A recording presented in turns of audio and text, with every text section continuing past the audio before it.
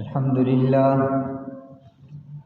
لله نحمده ونستعينه ونستغفره ونؤمن به ونتوكل عليه ونعوذ بالله من شرور أنفسنا ومن سيئات أعمالنا من يهده الله فلا مضل له ومن يضلله فلا هادي له ونشهد أن لا إله إلا الله وحده لا شريك له ونشهد أن سيدنا وسندنا وحبيبنا ومولانا محمدا عبده ورسوله صلى الله تعالى عليه وعلى آله وأصحابه وبارك وسلم تسليما كثيرا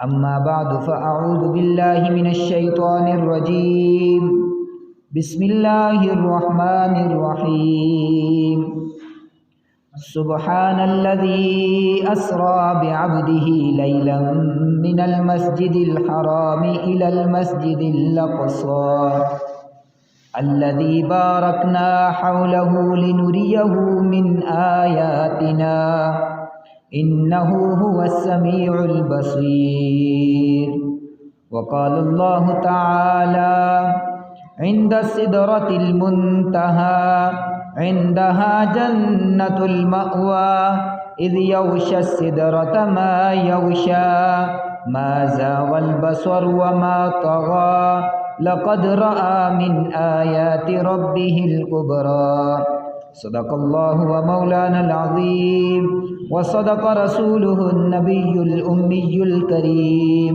ونحن على ذلك من الشاهدين والشاكرين والحمد لله رب العالمين يا رب لك الحمد كما ينبغي لجلال وجهك وعظيم سلطانك يا رب صل وسلم دائما أبدا على حبيبك خير الخلق كلهم اللهم صل على محمد وعلى آل محمد كما صليت على إبراهيم وعلى آل إبراهيم إنك حميد مجيد اللهم بارك على محمد وعلى آل محمد كما باركت على إبراهيم وعلى آل إبراهيم إنك حميد مجيد سبحانك لا علم لنا إلا ما علمتنا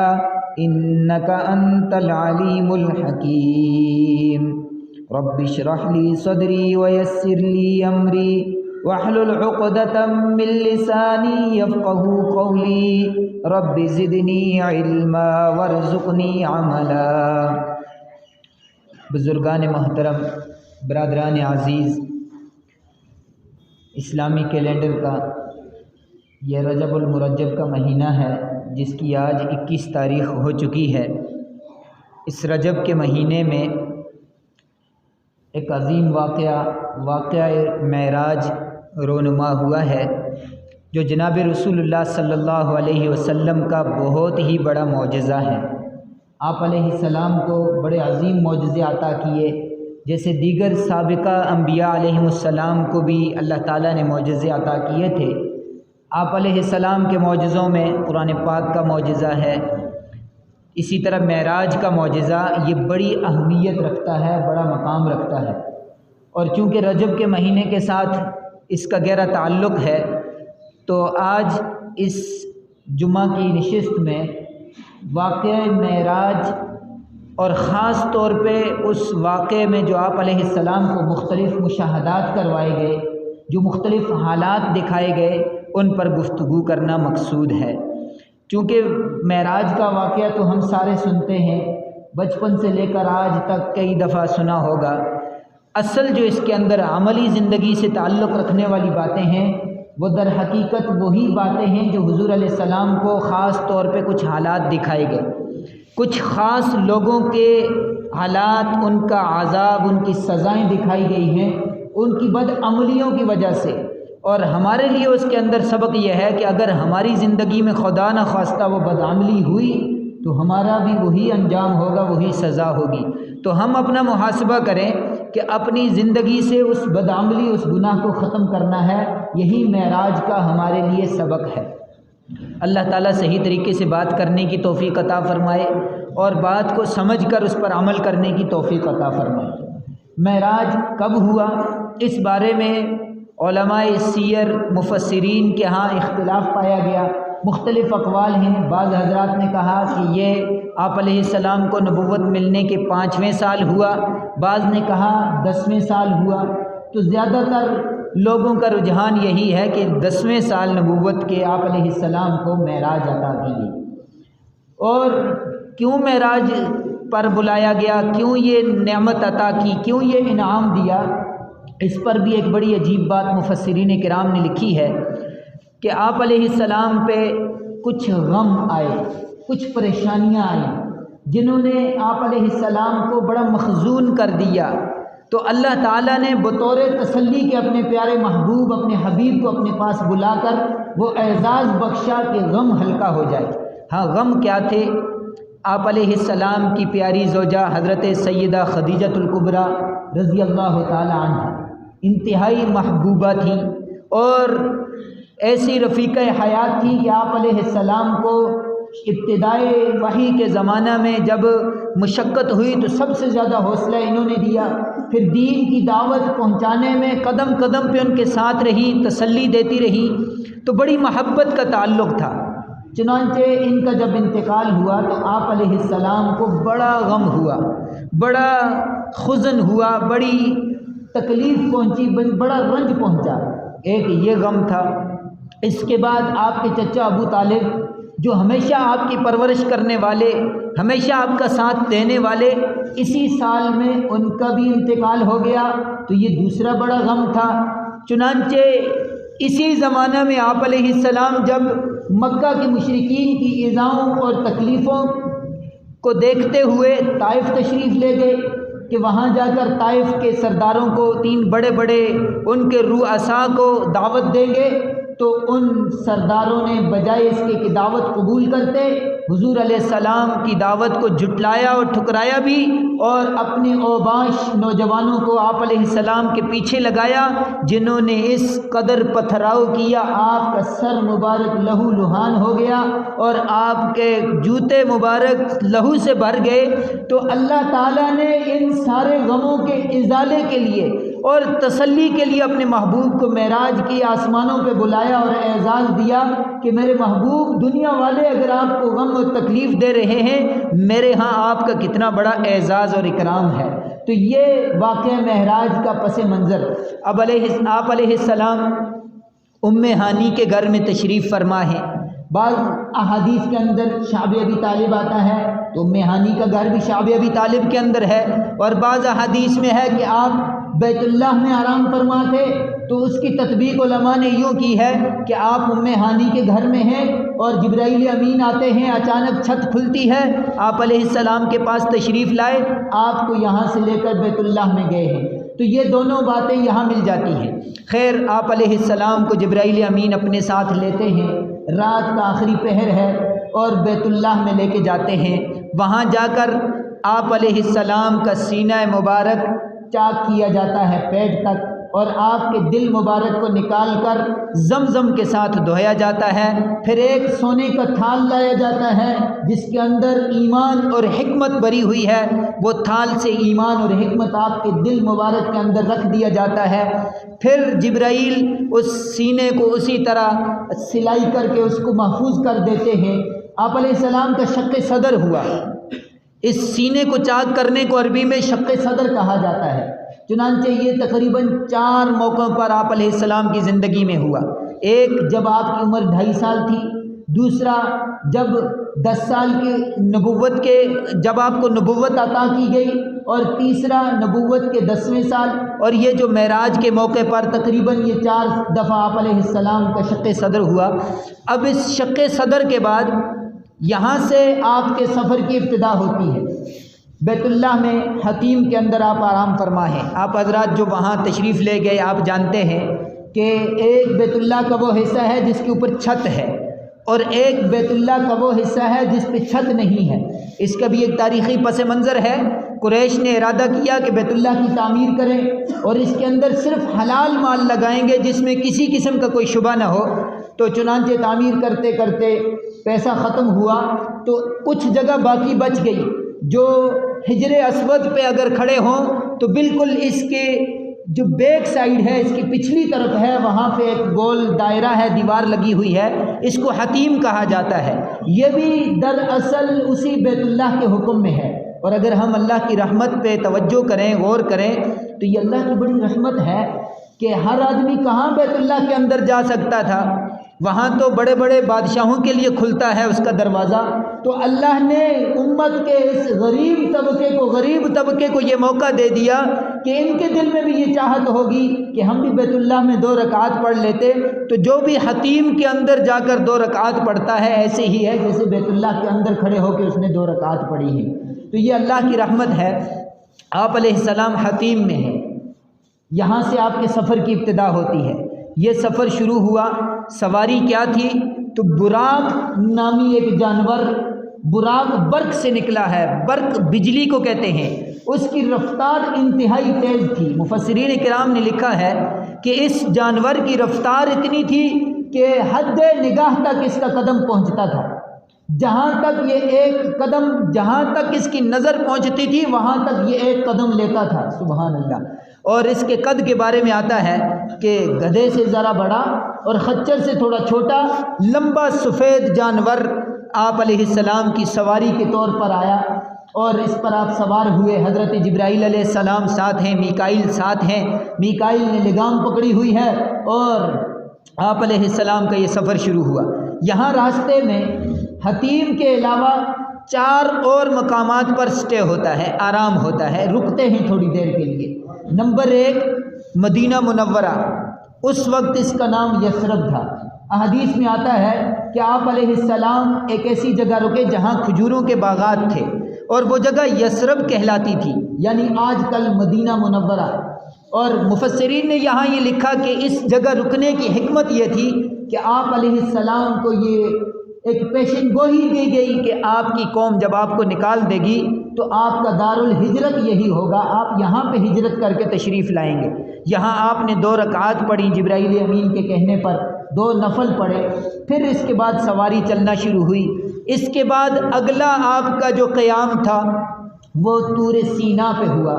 طور سینا قرآن پاک کے اندر بھی اس کا ذکر ہے، اس پہاڑ کو کہتے ہیں جہاں پر حضرت موسیٰ علیہ السلام نے 40 دن چلا کیا، اللہ کی عبادت کی، اور پھر وہاں پہ آپ کو اللہ کی طرف سے کتاب عطا کی گئی۔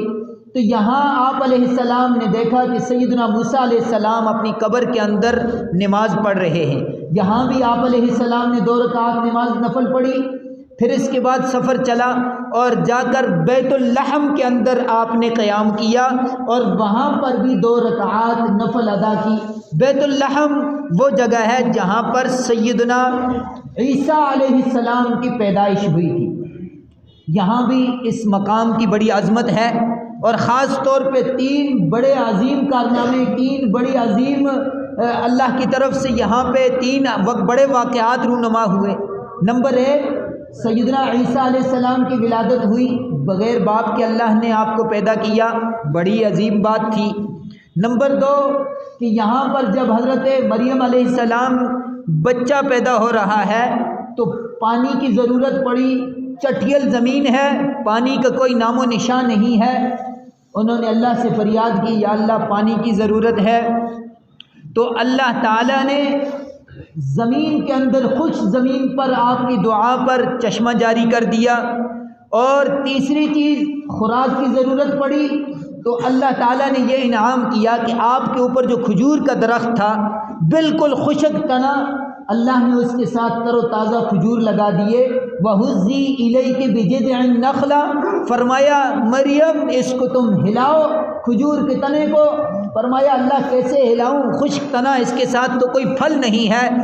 فرمایا تُسَاقِطْ عَلَيْكِ رُطَبًا جَنِيًّا، ہلانا تمہارا کام ہے، تر و تازہ پھل دینا ہمارا کام ہے۔ چنانچہ جب ہلایا تر و تازہ کھجور ملے، اور ویسے بھی درد ذہ کے اندر یا بچہ جننے کے وقت عورت کو ایسی خوراک کی ضرورت ہوتی ہے جس میں قوت بھی ہو، تو اللہ تعالیٰ نے اس کا انتظام کر دیا۔ تو یہ 3 بڑے بڑے حالات یہاں آپ علیہ السلام نے 2 رکعت پڑھی۔ اس کے بعد جو 5واں آپ کا سٹاپ تھا یا 5ویں جس جگہ آپ نے قیام فرمایا وہ بیت المقدس ہے۔ احادیث میں آتا ہے اللہ کے نبی صلی اللہ علیہ وسلم نے فرمایا کہ میں بیت المقدس میں پہنچا، میں نے اپنی سواری کو وہاں اس قلعہ کے ساتھ باندھا جہاں انبیاء علیہ السلام اپنی سواریاں باندھتے تھے، اس کواڑ کے ساتھ باندھا۔ پھر میں جب مسجد میں داخل ہوا تو میں نے دیکھا ایک بہت بڑی جماعت وہاں ہے، پہلے سے لوگ موجود ہیں، اور اذان کہنے والے نے اذان کہی، صفیں بن گئی، میں بھی ان میں کھڑا ہو گیا۔ اب انتظار میں ہیں، سارے دیکھ رہے ہیں مصلی پہ کون کھڑا ہوگا۔ جبرائیل امین نے میرا ہاتھ پکڑا، مجھے مصلی پہ کھڑا کر دیا۔ جب نماز سے فارغ ہوا تو مجھے کہنے لگے یہ تمام انبیاء علیہم السلام جو آدم سے لے کر عیسیٰ تک مبعوث ہوئے تھے، اللہ تعالیٰ نے ان کو یہاں جمع کر کے آج آپ کی اقتداء میں نماز پڑھا کر آپ کو امام الانبیاء بنا دیا ہے۔ یہاں ذرا غور کرنا میرے قابل قدر، میرے انتہائی بزرگ ساتھیوں، دوستوں اور بزرگوں، یہاں مقتدی پہلے جمع تھے، امام بعد میں آئے تھے۔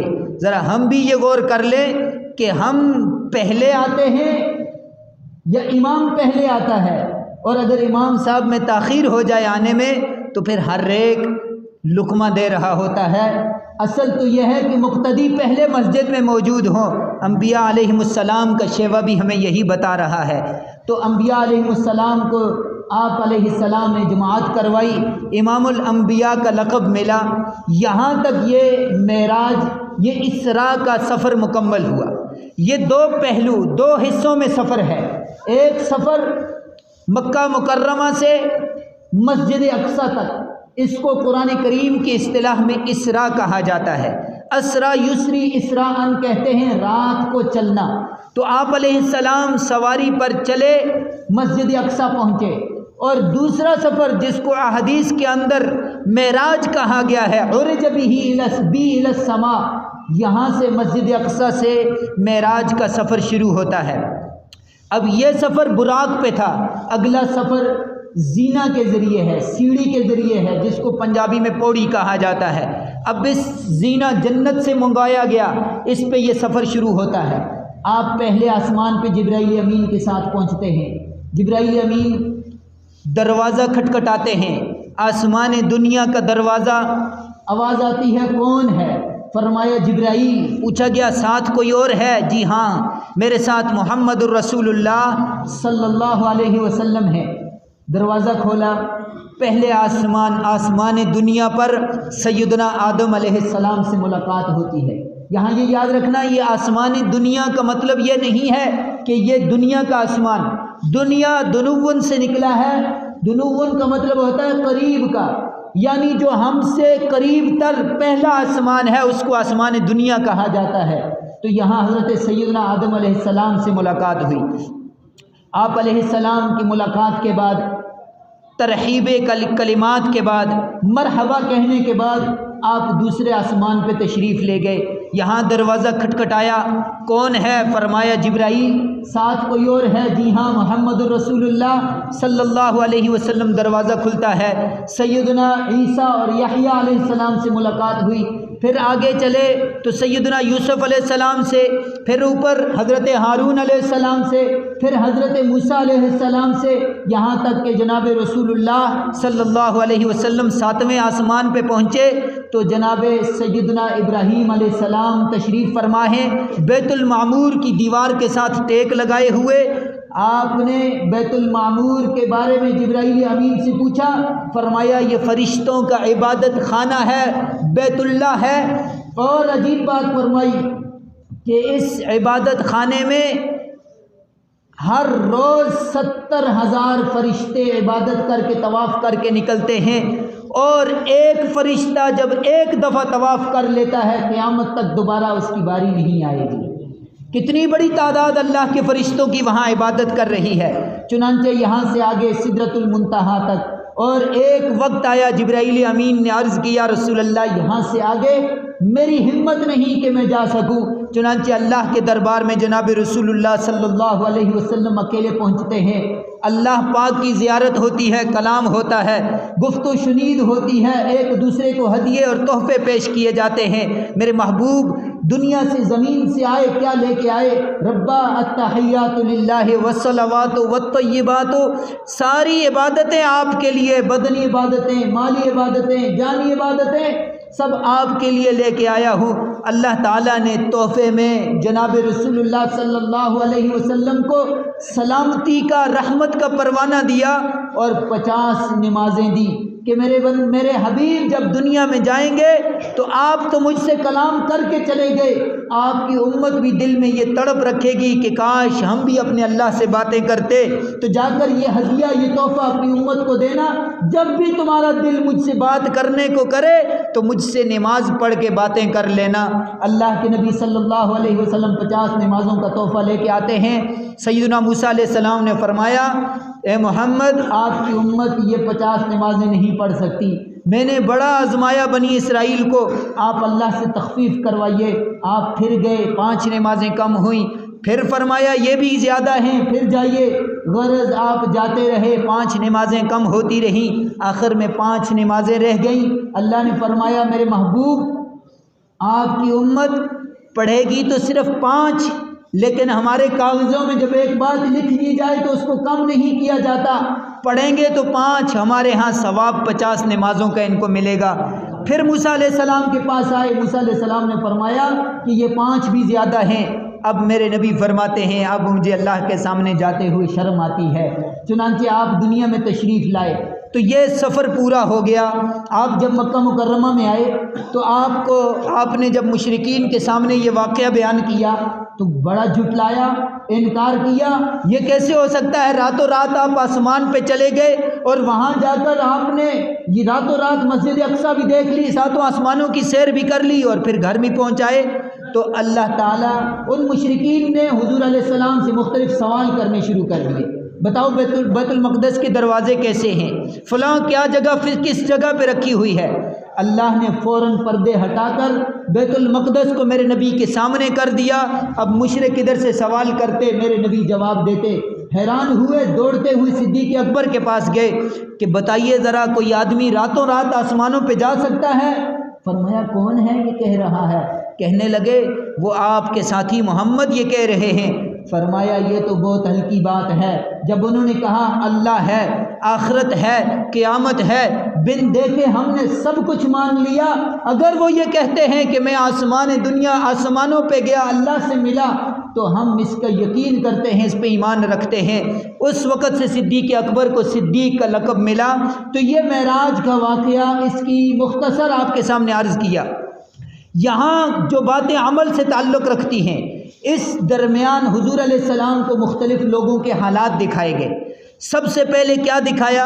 جب جناب رسول اللہ صلی اللہ علیہ وسلم سفر پہ نکلتے ہیں تو راستے میں آپ کو دکھایا کچھ لوگ ہیں جن کے ہونٹوں کو کینچیوں سے کاٹا جا رہا ہے، لوہے کی اور تانبے کی کینچیوں سے ان کے ہونٹ کاٹے جا رہے ہیں۔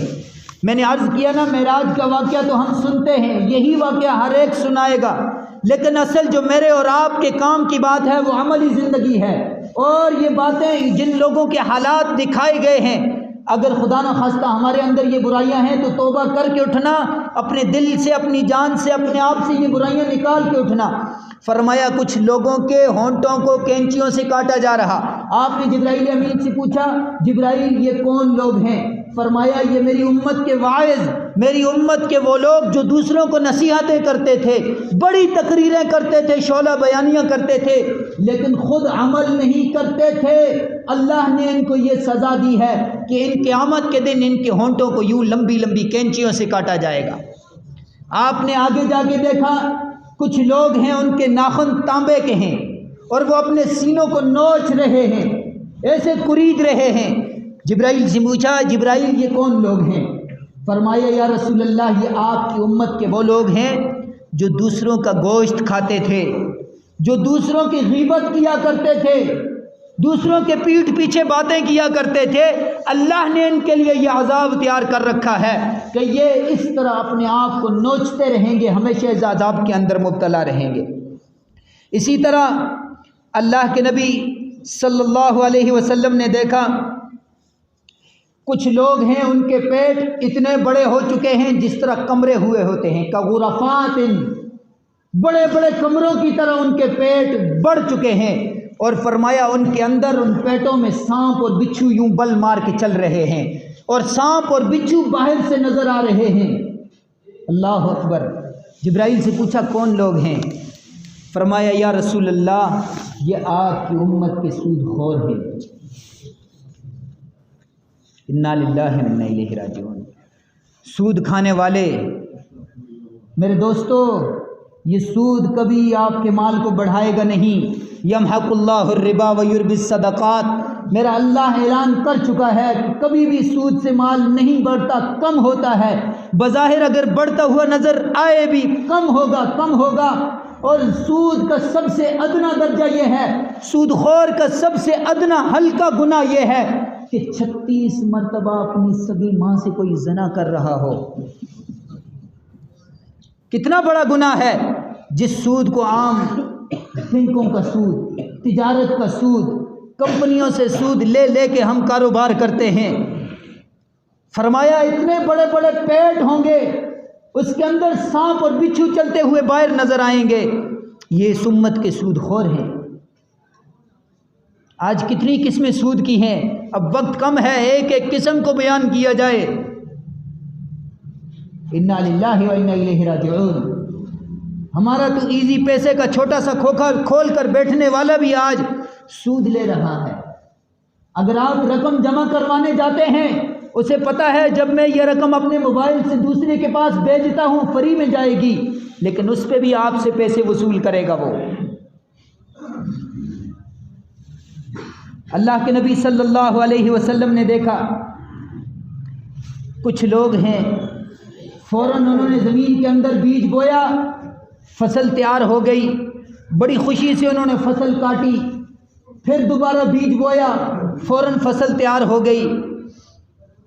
جبرائیل سے پوچھا کون لوگ ہیں؟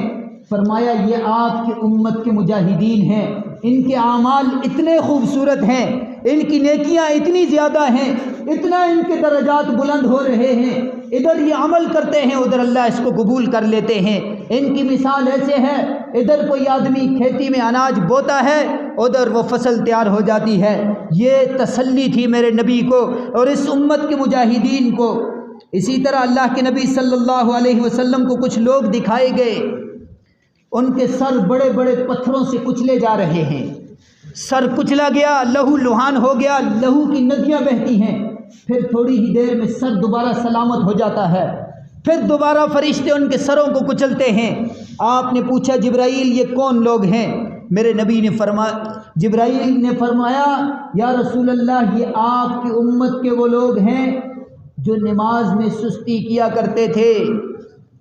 الذین هم عن صلاتهم ساہون، ان کے لیے بربادی اور ہلاکت، جو ٹال مٹول کرتے ہوئے نماز میں تاخیر کرتے ہیں، وقت گزار کر پڑھ لیتے ہیں، فرمایا ان کے لیے اللہ نے یہ عذاب تیار کر رکھا ہوا ہے۔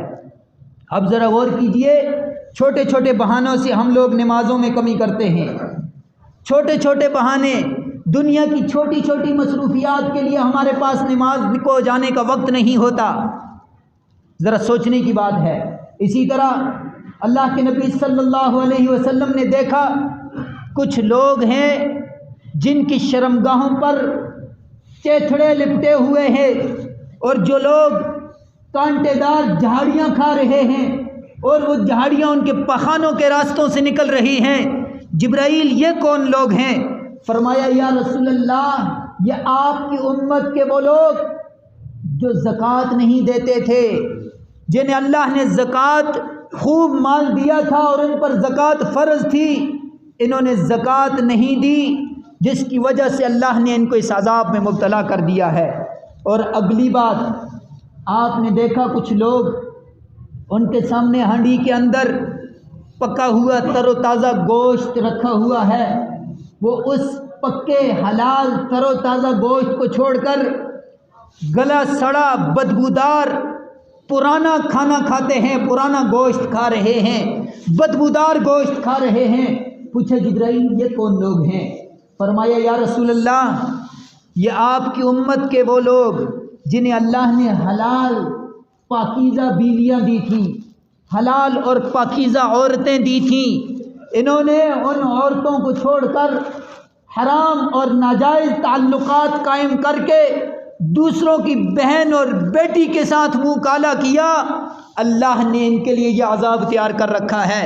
اور یہ تو ایک بنیادی جھلک تھی میرے دوستو، کتنی اور آپ کو باتیں دکھائی گئی ہیں، بس بات صرف عمل کی ہے۔ اللہ تعالی ہم سب کی حفاظت فرمائے۔ اگر آج خدا نخواستہ ہماری زندگی کے اندر یہ کام ہے، خدا نخواستہ ہماری زندگی میں یہ برائیاں ہیں، تو آج توبہ کر لیجئے۔ اور ہر سال رجب کے مہینے میں معراج کا یہی پیغام ہے۔ نہ معراج کے دن نبی علیہ السلام نے معراج کی رات میں نہ ہی جاگنے کا حکم دیا ہے، نہ معراج کے دن روزے کا حکم دیا ہے۔ ہاں میرے نبی نے یہ ضرور حکم دیا ہے کہ میری امت سود کو چھوڑ دو، میری امت نماز کا خیال رکھنا، میری امت غیبت کو چھوڑ دینا، ناجائز کسی کی غیر محرم عورت کسی کی بہن اور بیٹی پہ نگاہ نہ اٹھانا۔ یہ اگر کر لیا تو ہمیں معراج کی برکات بھی مل جائیں گی اور اس کا فلسفہ بھی سمجھ آ جائے گا۔ لیکن ایک طرف اگر ہماری نگاہ بھٹکتی رہی، ہم نے اپنے مالوں کو سود سے ملائے رکھا، ہماری زبانیں غیبت سے تر رہی، تو میرے دوستو صرف معراج کی رات میں جاگ کر کمیں سجا کر اور معراج کے دن روزہ رکھ کے اللہ کی قسم کبھی بھی ہم نجات نہیں پا سکتے، کبھی بھی ہم رسول اللہ کے حقیقی امتی ہونے کے دعوے میں سچے نہیں ہو سکتے۔ اس لیے اپنے آپ کو ان گناہوں سے بچانا ہوگا۔ یہاں آخری بات میں نے عرض کیا، معراج میں حضور علیہ السلام کو بڑا عظیم تحفہ دیا، نماز کا تحفہ۔ آج امت سے یہی ایک عہد و پیمان لیا جا رہا ہے، امت کو یہ تحفہ دے کر بیدار کیا جا رہا ہے۔ اور میرے نبی نے پوری زندگی اس اہمیت کو یاد دلایا ہے، پوری زندگی اسی نماز کی اہمیت بتلائی ہے، حتیٰ کہ جب میرے نبی کا آخری وقت ہے، دنیا سے پردہ فرما رہے ہیں، آپ نے سب سے اہم بات جو ارشاد فرمائی، امتی امتی الصلاۃ الصلاۃ، میری امت نماز میں کبھی سستی نہ کرنا، وما ملکت یمینک، اپنے ماتحتوں پہ ظلم نہ کرنا۔ آج ہمیں نماز معراج کا یہ پیغام ہمارے لیے یہ سبق ہے کہ کبھی نماز میں سستی نہ کرنا۔ اور دوسری چیز، آج ایک بات مشہور ہو گئی کہ اگر زندگی میں کسی کی کوئی نمازیں رہ گئی تو 27 رجب کو شب معراج کے اندر کھڑا ہو کر 4 رکعات پڑھے، فلاں رکعت میں فلاں سورت پڑھے اور اس طریقے سے وہ نماز پڑھ لے تو اس کی زندگی کی نمازیں ادا ہو جائیں گی۔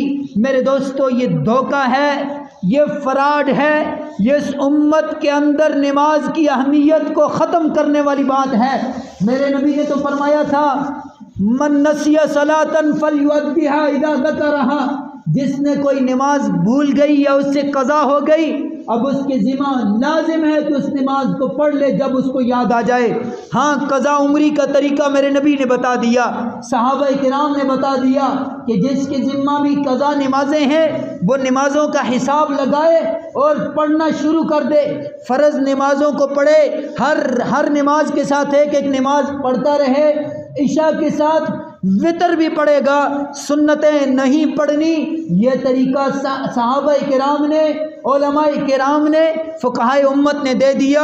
اس کے علاوہ جتنا بھی کوئی طریقے ہیں، خواہ وہ 2 رکعات والا ہو، خواہ وہ 4 رکعات والا ہو، خواہ وہ پیسے دے کر ہو، میرے دوستو یہ سب من گھڑت ہے، یہ سب لوگوں کا وضع کیا ہے اور در حقیقت امت کا تعلق نبی سے کاٹنے کی ایک سازش ہے۔ اس لیے اس سے خود بھی دور رہنا، اپنے بچوں کو، اپنے جاننے والوں کو بھی بتانا کہ ایسی کوئی صورت نہیں قضا عمری کی۔ اللہ تعالی ہمیں نماز کا بھی اہتمام کرنے کی توفیق عطا فرمائے۔